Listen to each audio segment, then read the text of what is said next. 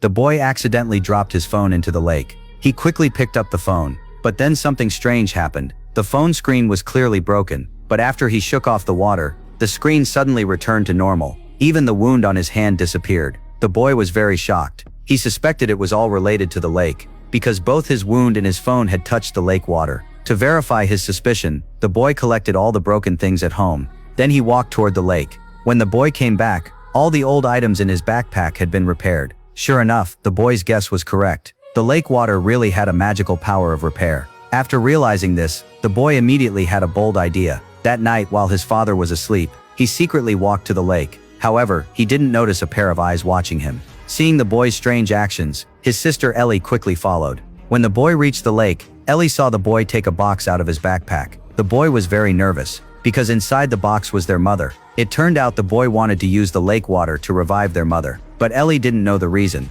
She rushed out and questioned the boy about why he brought their mother here. The boy panicked. He kept explaining, but Ellie didn't believe him at all. So the two began to struggle. But soon an accident happened. During the fight, Ellie's sketchbook fell into the lake. The boy used a branch to quickly fish the sketchbook out. Then he warned Ellie not to tell anyone about this. Before Ellie could answer, the boy noticed the lake water starting to boil. Seeing this, the boy quickly pulled Ellie away from the place. But when they returned home, Ellie suddenly told the boy that all the drawings in her sketchbook were gone. The boy was very shocked. At that moment, strange roars came from the forest. The boy immediately understood that Ellie's drawings might have been revived by the lake. The two were so scared they couldn't sleep all night. Ellie even hid in the wardrobe and didn't dare come out. The next day, their father came to wake them up. He saw Ellie inside the wardrobe. The father asked in confusion what she was doing. Ellie fearfully said she heard something knocking on the window at night. The father comforted her, saying it might just be a cute squirrel. But when he opened the blinds, he found the window covered in yellow paint. Seeing things getting worse, the boy had no choice but to confess. He told his father everything,